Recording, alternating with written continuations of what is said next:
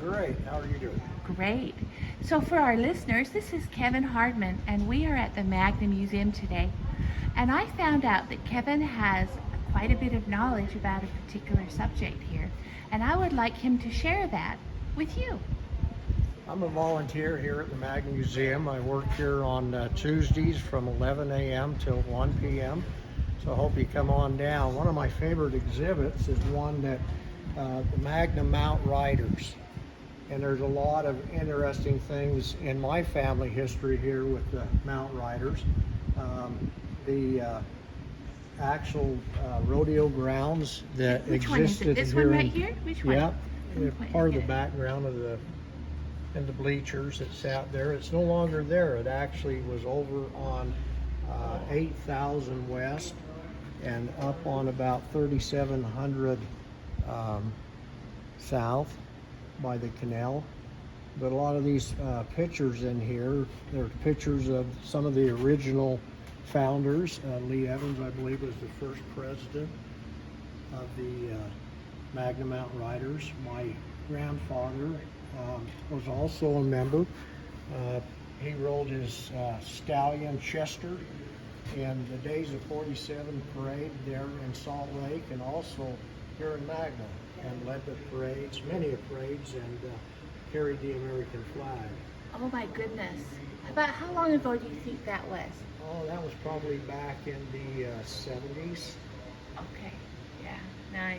Nice pictures. Probably late 60s and early 70s.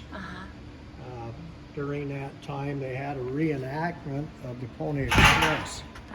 And my father wanted to be one of those riders. There were two ways you could become a rider in that reenactment in 1960. You could either be a direct descendant of a Pony Express rider, or you had to write an essay telling why you wanted to be a Pony Express rider in that reenactment.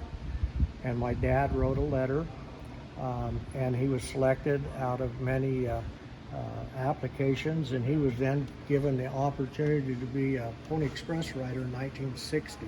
Okay, And well, there's is there some here picture? of my Is that him? father, yeah, and my grandfather. The father is Eloy Hardman. He'll be 90 years old, September 2nd. Wow. And this is my grandfather, Parley J. And this was the horse that he rode. Her registered name was Illusion. Okay. But we called her Tiny.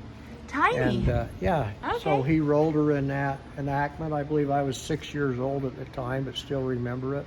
Yeah. After he rode, and he was carrying a letter from President Kennedy to the governor of California at that time. And my dad was given a certificate showing that he was one of the reenactment riders. Also, Is that the certificate right there? Okay, that's also a it. medallion. And a medallion too, huh? And a Bible. Oh, interesting. Wowee. Well, what an interesting experience for him to actually ride. How long did it take him? I think they rode 15 miles.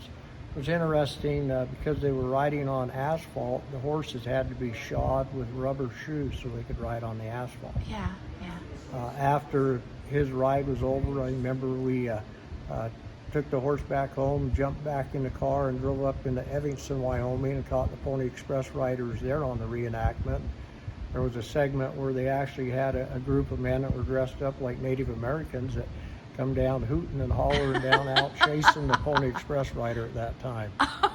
So it was quite authentic, as Yeah. well as it could be. So anyway, this is all Yes. about the Magna Mt Riders, and I love a lot it. of great histories in here. So they need to come on down. Yeah, come on down. Come see us. And if you're there specifically at the time when you're there, you'll give them more information. I sure will. Yep. Okay, well, thank you so much, Kevin, for your Yep. service here. Thank you.